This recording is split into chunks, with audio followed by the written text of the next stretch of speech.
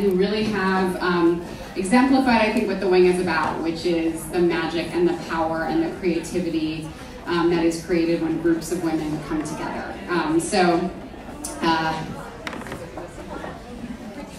No further ado, I'd like to introduce Editor-in-Chief of Vanity Fair, Radhika Jones.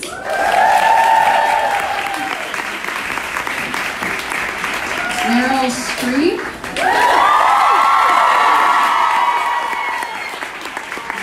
Reese Witherspoon, okay. Meryl Streep. Dern, and Nicole Kidman.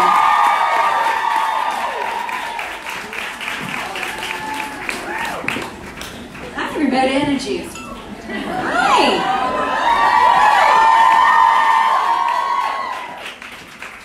Thank you for waiting. Everything. I know. I think this is more exciting than Robert Mueller's statement. I don't know. I hope so, anyway. More definitive. Yes, more definitive. That will be our goal. I am obviously hugely honored to be sitting with the best ensemble cast of all time.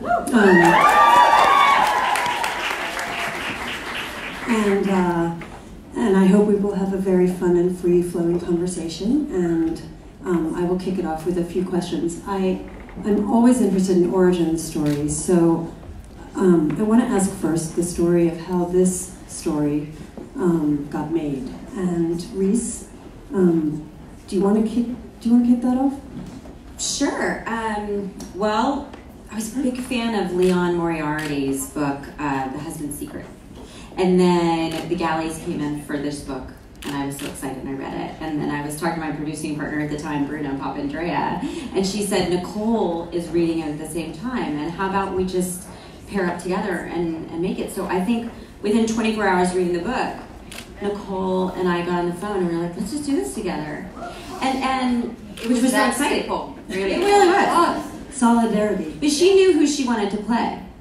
Well, actually, Leon had sort of cast it in her head of who she wanted for the roles, and that was part of the way in which we got the book, because it's hard to get books, and we said, you know, yeah, we'll do the roles you want us to play, just make sure you sell us the book.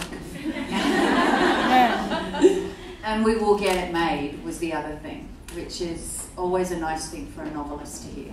But let me ask you, because I feel like when I first saw the trailer and heard about this show, it was just mind-boggling to me, the star power that was coming to the small screen. And, you know, we live in the era, obviously, of prestige television. But think back 10, 15 years. I mean, Nicole, was this your first time doing TV? Strangely enough, I started in TV in Australia, so I feel like I came full circle. Yeah. I started in a show that I did there called Vietnam, which was about the Vietnam War and Australia's involvement in it, and it was a massive success in Australia. And then I did a thing called Bangkok Hilton, which was about a woman that was in a Thai jail.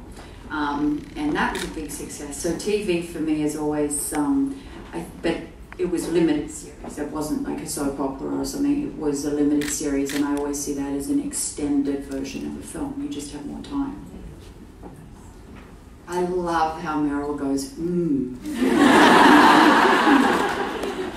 I never knew the origin story of this and how it came to you. And I just think I am of a generation that waited to be asked to dance. And I think I still am in that position, but I'm so admiring of you for getting out in front of stuff, for being on the balls of your feet and looking for material. And that's the world we live in now, and the world deserves to hear from you and all of us in that way. So how did you get involved? What's that? How did you get involved? My agent called me and said, Nicole wanted to ask you something, and about would you ever consider doing television? I said, well, yeah, if it's good, what is it? And he said, well, they're going to do another Big Little Lies. I said, no, they're not. and they said, yeah, and there's a part that they wrote with you in mind or something, because they called her Mary Louise. Mary Louise is my actual legal name. And so, yeah, that's how I got involved. And I said, yeah, I'll do it. And they said, well, don't you want to read it? I said, no. That is amazing, because she gets offered everything. She's very humble, right? But she is offered, you are. And, but it's amazing to have that support, because it's a huge leap of faith. Well, it was the greatest thing on TV. It really was, for that first season.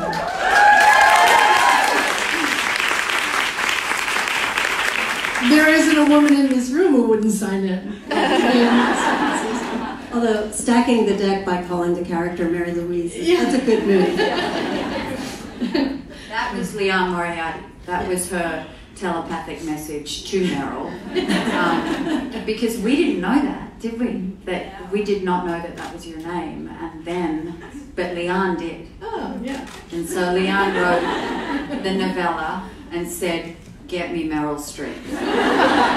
We said, that's not going to be possible. And there we go. Well, the whole thing is making the impossible possible, right? So I'm curious, when you were filming the first season, you had all of this camaraderie on set, and I want to talk more about that, but you knew it was a special property. Did you anticipate the reaction that it would have? I mean, what was it like to be on that set? Oh, you should speak to that part.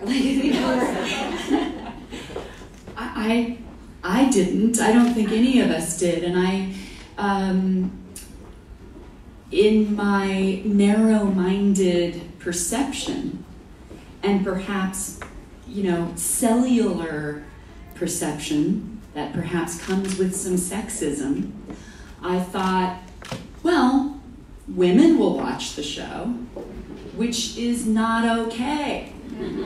Because men loved this show. Frat boys loved this show. Teenagers loved this show. Because we all want authentic human stories. We all want to see brokenness and humanity and try to find empathy for each other and therefore hopefully ourselves. And that was the goal. That's why we all love what we get to do. And I think I was misguided in not understanding how desperate we all are for true content in every possible way and medium. And so to just have a goal of being truthful about different women with different kinds of struggles and have that kind of connection from so many different kinds of people was really moving to me as an actor. You were saying earlier that you all did some improvising on set. Could you talk a little bit about that? What that was like creatively? So fun. I mean, imagine having the greatest characters and then you get to play like you're a child in a field. And you get to go, and these are the people I get to play with. And then what about this? What about that? And then at night we would talk about the scenes and just real dorky actor stuff. Real dorky stuff that my children will never indulge with me to talk about. But I was like, oh, what if we talked about this? And I remember in season 1 there was a scene between Nicole and I where it was written, and it was the I Want More scene.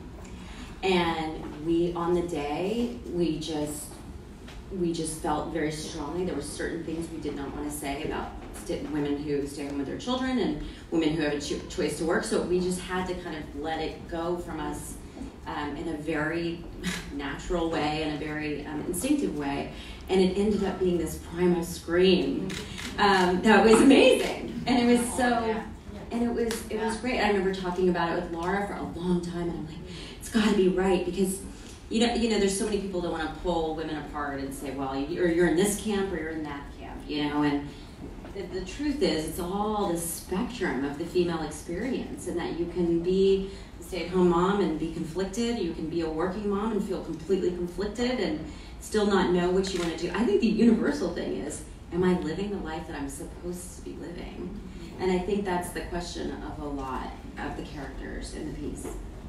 And if I may add, one of the most beautiful experiences about a women's collective that we all get to experience, and fellow female workers across all industries, we are now having an experience as actresses that we haven't had. We don't work with other women on crews or in cast, except maybe one or two on production for many years until more recently.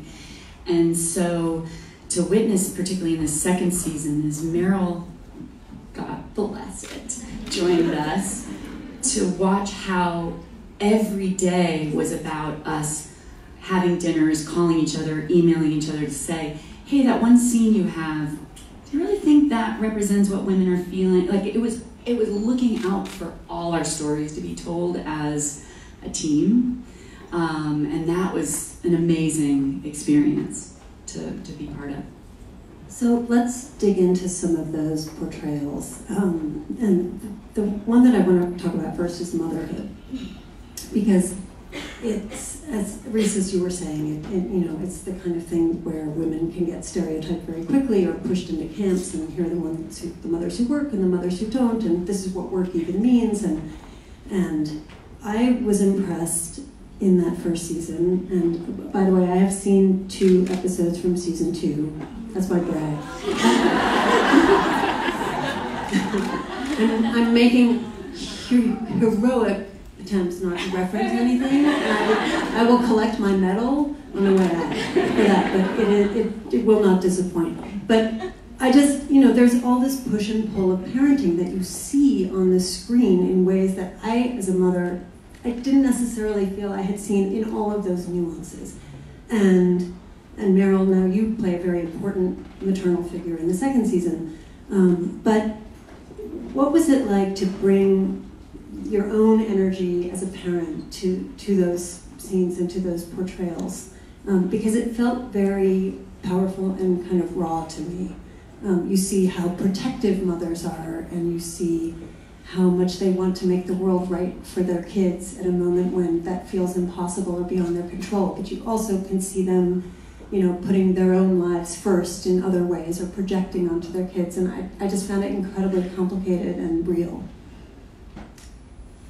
Good. It's like, where did the question go? No, but you come to the screen as mothers, bringing that experience, and I'm curious about what that felt like. I think one of the things I love about the series, the first season, and I've seen 3 of the second. So, I don't know. Outclassed again. Yeah. But I think what I loved about the first and what I've seen of the second is that it isn't afraid of the mess and the really harsh contradictions that are in mothering, in parenting, and how in your life before you have children, you're warring with yourself. But then you're warring with yourself and with what you hope for your children and what you see them struggling with, and the challenges of trying to help them but not clear a path, trying to make things possible but not give them stuff. It's all that's in here, and the special myopia that motherhood imposes on you, where you sometimes only see your own child's importance in the world and what you want for them. That's rife in this, and even in playing the character that I play, where my son is dead, I thank God don't have that experience, but imagining it, just going into the dark place of imagining that your feeling of protecting him, even though he's gone, is still there. So motherhood never stops. It never stops. That's the good news and the bad news. Yeah, and I think, you know, we were just so fortunate that we were given the chance to do a second season, because there was, the situation originally was it was that one go round, and I remember Reese and I both going, well, that's that, gosh, it was great. And then by popular demand, we had to address whether we wanted to do it again. And then going, and I had a lot of people say to me, no, that's it. You got only one, it was fantastic, it's one season. And a friend of mine, a male, said, those women deserve their stories to be told beyond what was just that first season. And I was so touched by that, and I went, yeah, that's what we've actually got to fight for now, is that we do have the right, we don't have to just be shut down and told, no, that was good and you did well and off you go now. You actually get to go and explore them on a deeper level and see the consequences and see their lives unfold in a much deeper way. And that's what was so exciting for me, and having the chance of everyone coming back together with that same passion.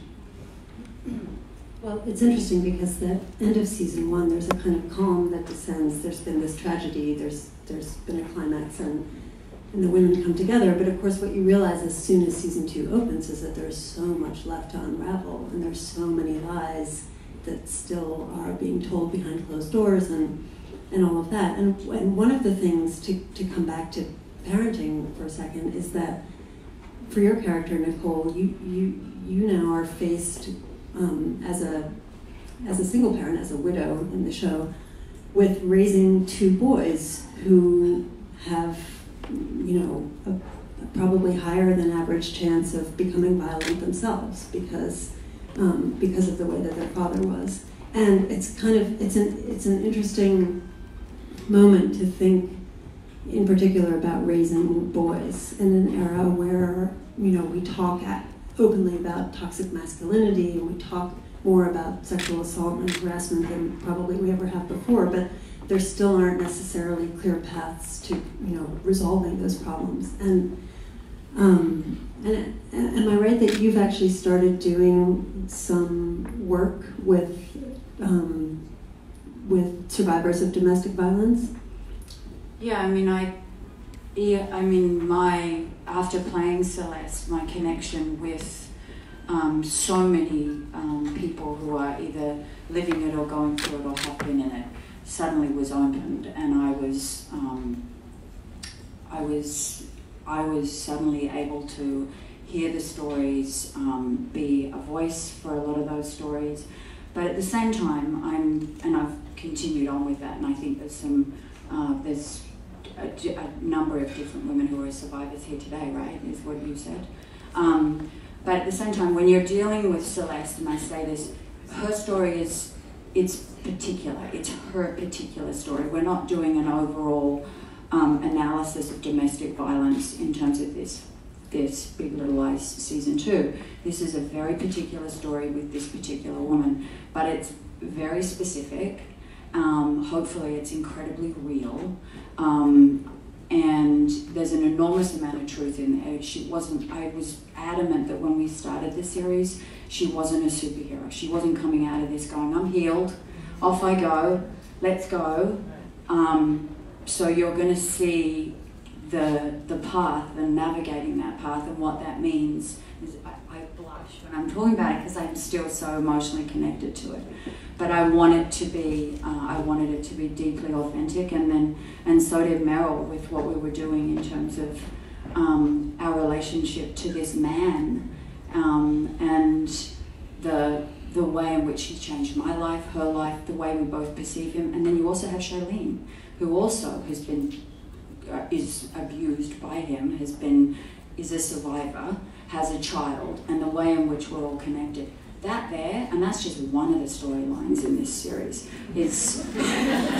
But I mean, it's such ripe, deep material, and to mine it is just extraordinary to have that chance. And hopefully with that, we reach out to building conversation, because it will be controversial. It will be, there hopefully will be discussion, and it will create more and more and more awareness and discussion and hopefully change.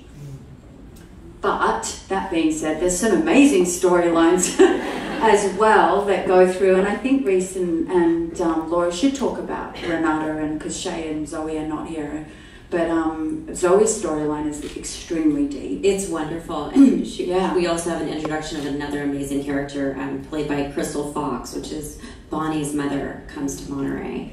And that was a storyline that we really wanted to explore in a deeper way. So that is a very rich journey that Zoe has as well. She's sorry she couldn't be here. She worked really late last night. And then with your, I mean, people will be, their jaws will drop when they see Renata and Gordon. Yes, and what happens. Get ready. Wait till you see what happens to Renata. And y'all, she gets so mad. I'm just listening because I'm like, oh, I don't want my producers to be mad at me, so I say nothing about what happens to Renata. I'm so happy they get to talk about it. It was just like the producer hat just came on right there. What is that like for you to flip back and forth? I mean, you've been producing now for a while. I just love the group. I think maybe what isn't clear sometimes when I was a little girl watching movies is that, film is a collective medium. It is only as good as the group of artists that make it. Okay, so no single person can make it happen. So we're the sort of standing in front of 150 people who are working to make this happen. And it's it makes me emotional, but it's like a family. And I fight, Nicole and I as producers watch cuts, and then we fight for characters, and we care about Jane, we care about Bonnie. Can you go back and see a different version of that performance? Renata, can we find her connection to her daughter at this moment? And we see it through the eyes of the experience of walking through the world for as long as we have, as women, as mothers, as daughters, as sisters, as friends. And I think all of that is valuable. And when I think about what women have to contribute to film, it's just infinite. And it's just beginning to open up, and it's really beautiful. Yeah, I just want to say one thing about you were talking about too, the fact that this was an ensemble of very complicated, flawed, hysterically funny,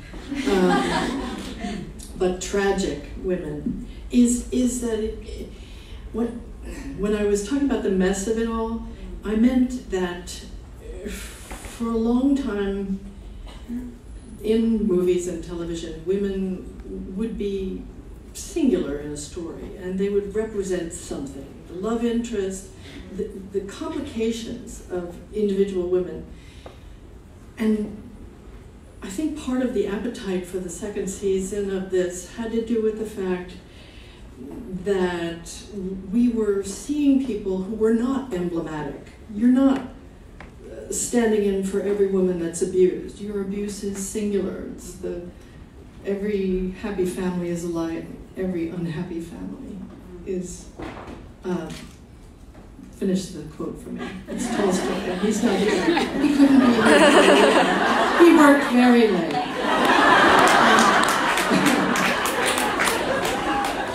But that responsibility to stand in for all women, with a character, is sort of what is exploded in this. And so,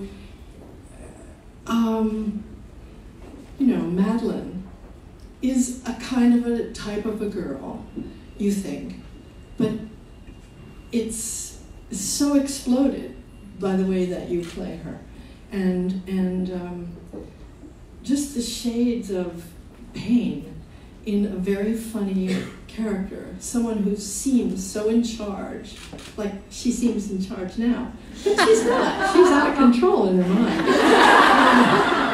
That is actually in charge. That's the essence of creativity. It is. And all these characters, Shailene is just a miracle in this thing. I have to say, I'm glad she's not here because I can talk about her that way. I mean, she's a miracle. She's so open to the world. She did a film called Adrift this year that I don't know if anybody saw because, of course, they didn't promote it. I saw it. It's fantastic if you can see this film, Adrift, based on a true story. But that's her. She's her pores are open. She shows everything. And yet, I mean, it's just, I can't wait for you to see her transformation. There's a scene in episode 2 that is just lights out. Mm-hmm. It's one of the most stunning. I can't even, I mean, I wish I could talk about it. But yeah, it's episode 2, Shailene. I wanted to talk to you about privilege and the way that privilege plays in this series. It's something, you know, it kind of starts with the real estate, or at least that's where it started for me.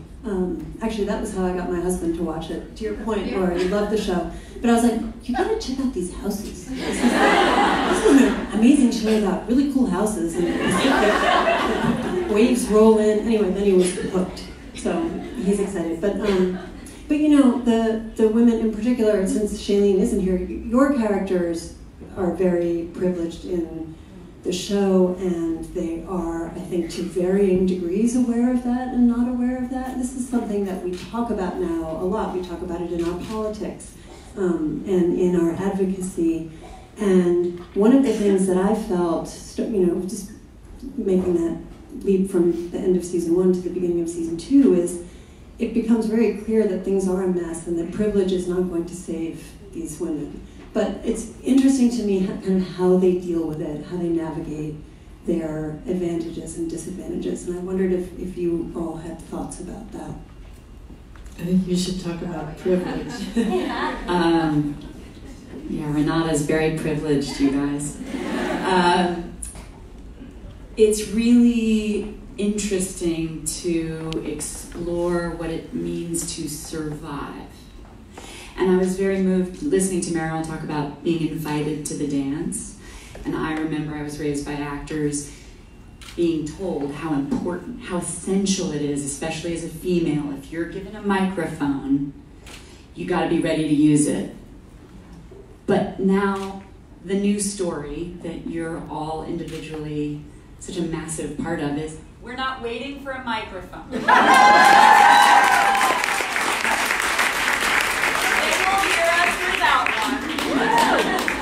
And women are getting it done, and it is about being a survivor of a thing. You know, 2 years ago, women, men, people were brave enough to start speaking about their personal experience around harassment and assault. And the question was, have you ever had that experience? And part of what working as a tribe on this show has done is, as we sit in a group and start to ask that question, the answer isn't, actually, I do know something about it. It's, I'm a woman, of course I know that experience. All of these experiences are known on some level within our family, within ourselves, within our community. And when it comes to privilege, I remember after the first episode of the first season, there being a bit of a contentious criticism that came out, like, oh, now we're gonna watch a bunch of rich women with their problems or something like that. And the same people who felt that way, which was the goal of these guys and the filmmaker and Leon, was breaking through judgment into the truth of an experience, whoever you are. And I think Renata's story definitely speaks to observing what it is to live in the world as a man's world and prove, if you're going to be given the one seat at the table as a woman, that you've got to play it like the boys play it. And once you accumulate that standard of success, you've got it all, but you don't have friends. So now she's got friends, you guys. And measure of success transforms in very different ways, because privilege is about motherhood and self and friends. It's not about what we think will get us in the room. Speaking of friends, Nicole, when we talked to you for our May issue, you alluded to a group chat among the stars of the show. So interest runs high in the public about this group chat, and are there emojis involved? Are there pictures? Is this like hourly, daily? Like, tell us about the chat. No, my lips are sealed. I go to the grave. I think I'm the only one that sends emojis. You send a couple, Reese. I like a GIF.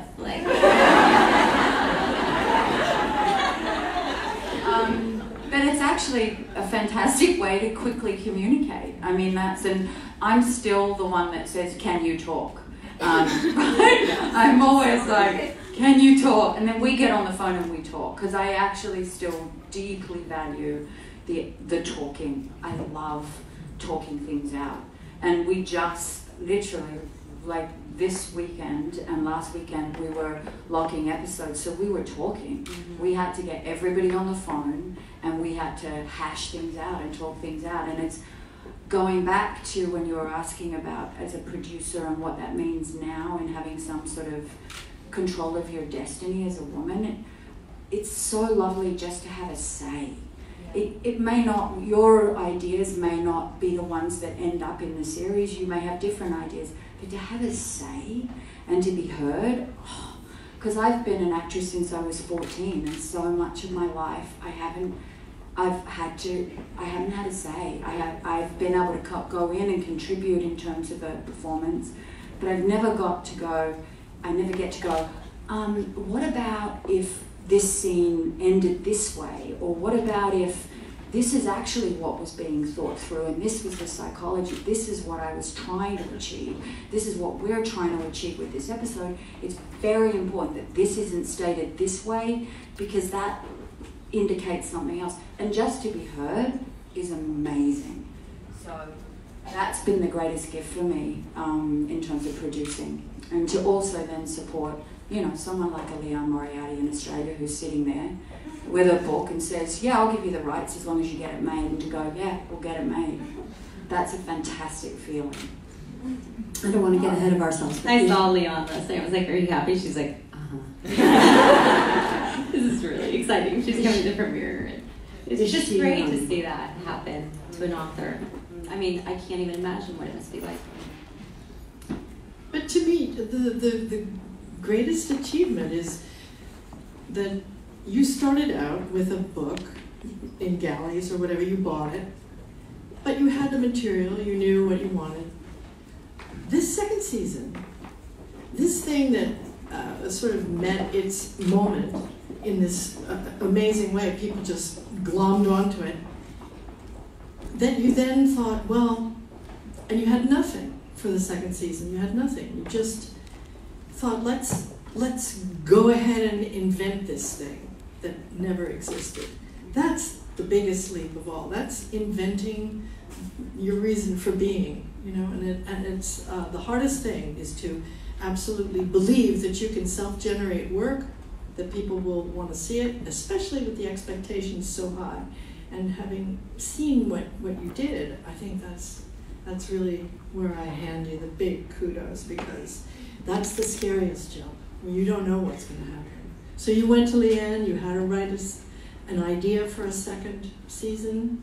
I mean, I'm just amazed and really, really proud of you. You did a great job.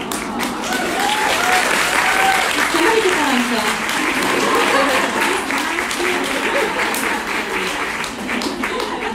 I'm excited for season 3. On my Instagram tomorrow. Are we ready to do a couple of audience questions? 2, literally, a couple. Yeah, you got it. All right. Oh, up here first. Hi, I'm Latifah Lyles. I'm with the National Network to End Domestic Violence, and we're just so happy and thrilled to be here with you. So my question is, when you do such an impactful piece like this that represents and impacts women, how do you talk about these roles with your male counterparts? And is the conversation different with, your friends and the male friends in the acting community? Is it like a, know, are they just as exciting and rooting for in the same way? You know, is it sort of, you know, that's your women's show? You know, how is that dialogue? I mean, is there a lot of support in the community for this and this really important show? It's really made such an impact. So first, thank you. That's my question. I'd be interested to hear with Alex and with Adam, since you worked so closely with both of them, how it's been to have a true male partner in the process of telling these stories. Yeah, I mean, it's been an incredible response from women and men alike, particularly in our industry, filmmakers, actors, reaching out and just explaining that it was just something they never imagined, and particularly that it unraveled like this you know, secret that was all dressed in this beautiful package with this beautiful house and this beautiful woman and a beautiful family, and that what was going on, and that all her sisterhood, her whole friendship, no one had any idea what was happening. And I think that's happening all over the world every single day. Isn't it? 1 in 3 women is having this experience, and I think it ignited a lot of conversation. I think it triggered a lot of conversation that I think was very important. And I want to say, like, the year at the Golden Globes, where Oprah gave that incredible speech about a new day is on the horizon, and then we were able to go up there and talk about this show, exposing what women feel about sexual assault and domestic violence, and just the spectrum of female experience in such a deep way, was truly one of the greatest moments of my life and my career. Really, absolutely. And to speak to Adam Scott, I mean, these men feel enormously honored to be part of the conversation, and I think it's great that you can have these conversations with your partner. And I know I've talked to some men, and they're like, is that really what happens? And it's, you know, it's incumbent on us as, you know, women who have had experiences and know other people who have had experiences to let the truth out. So hopefully it does facilitate more conversation with them. Yeah, and Alex, I think, was very brave in the sense of the way he just stepped into the role. Alexander Skarsgård played my husband in the first season, for any of you who haven't seen it. But he was brave because he didn't try to, he just completely gave over to what was needed for the role. But he also played, he was in the relationship. And so it wasn't a wash of a character. It was a detailed, very, very complicated relationship between these two people, where there was love, there was violence, there was shame, there was denial, there was betrayal, there was so many different emotions, and he was willing to go there with me. So he was the most incredible acting partner. And then he came back for season 2. He has a little bit of a part in the sense of, well, I mean, the basis of okay. But I mean, he didn't abandon us, put it that way. He was like, what do you women need? And I will do whatever is needed for this show to be made into the next season. And that's a fantastic thing. And then also, I just want to say, the men that watch this show, maybe they've come to it because of their partners. They're people that they're, you know, their wife, their girlfriend, whatever. They've gone, oh, I'll sit down and I'll watch it. What's fantastic is that they've then gotten hooked. And I was hiking in Nashville, where I live, 2 weekends ago, and a guy on the trail goes, can't wait for season 2. I was like, that's so cool. I said, June 9th, June 9th. That is a remarkable thing. That's a remarkable thing, because for all of our lives as little girls, we grew up, I grew up reading Tom Sawyer, reading all the books that had male protagonists, or, you know, Peter Pan, and then there was Wendy, and Tink. I didn't want to be either one of those. I wanted to be Peter Pan. Thank God on Broadway it was Mary Martin who played Peter Pan. But we've spent all of our lives living through male protagonists. The hardest thing is to get men to watch a story where they put themselves in the bodies of the women so they can live through a protagonist that's female. It's almost an impenetrable act of imagination for many men. And it's this one crossed over. This one, they could feel what you felt. And that's an amazing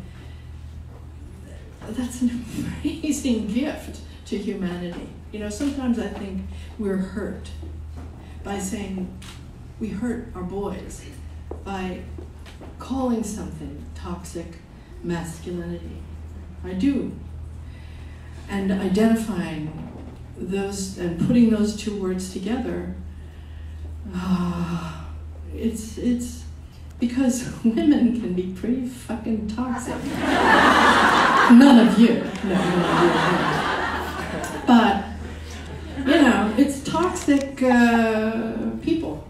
People, you know, and we have our good angels, we have our bad ones. And yeah, I think the labels are less helpful than what we're trying to get to, which is a communication direct between human beings. Human beings, we're all on the boat together, and you gotta make it work.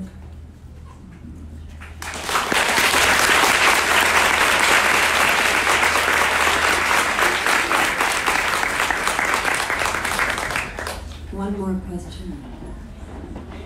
Hey y'all. Y'all are all such amazing expanders for me, so thank you for being here. Meryl, you talked a little bit about the chaos that goes on in the mind of an artist and how that is our gift.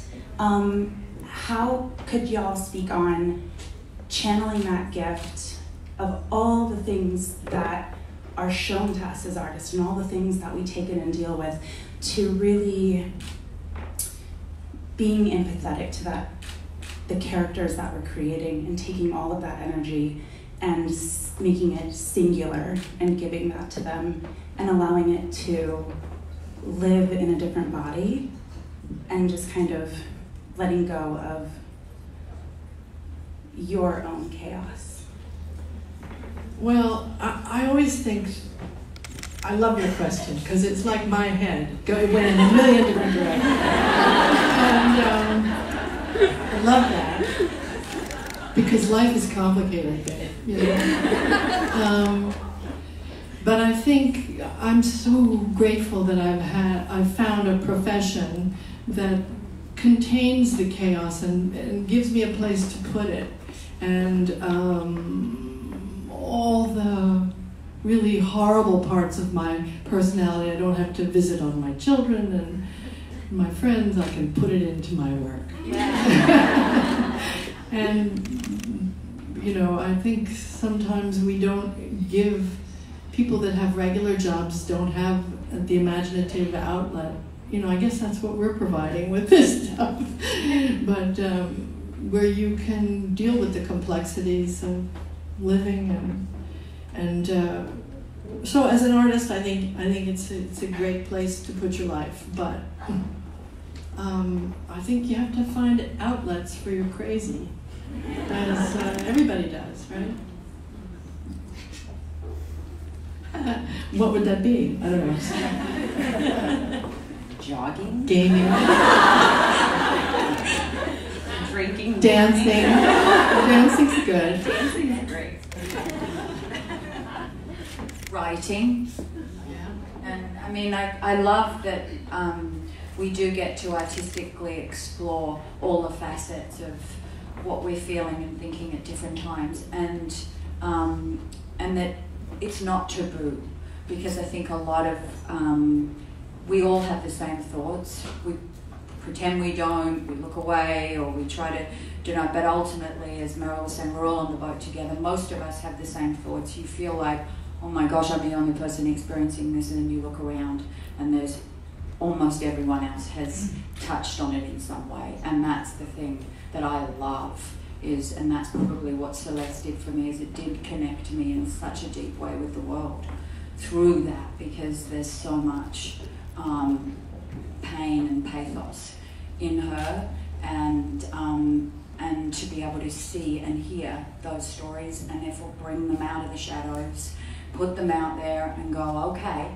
now we can all deal with things and move things forward. And that's what we're trying to do. And none of it's about we're not saving anything with this show, but we're definitely trying to promote discussion. And that's the great thing about this as well, is that we drop it every week. So it gives you time to digest it and you don't binge it in 7 hours. So I love that, and I would hope that people talk about it, because we want the talk. We want it. We're asking for it, because that's going to be, that's the thing, that's the bomb, isn't it? And I would just add, as the spokesperson for Renata, that there is getting the rage out and finding voice and being in community, but there's also always wine.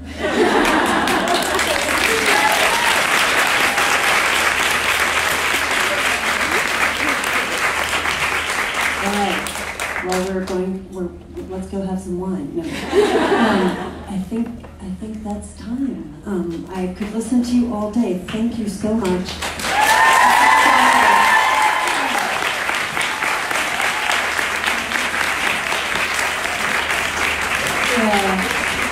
The show starts June 9th. Glue yourself to your television.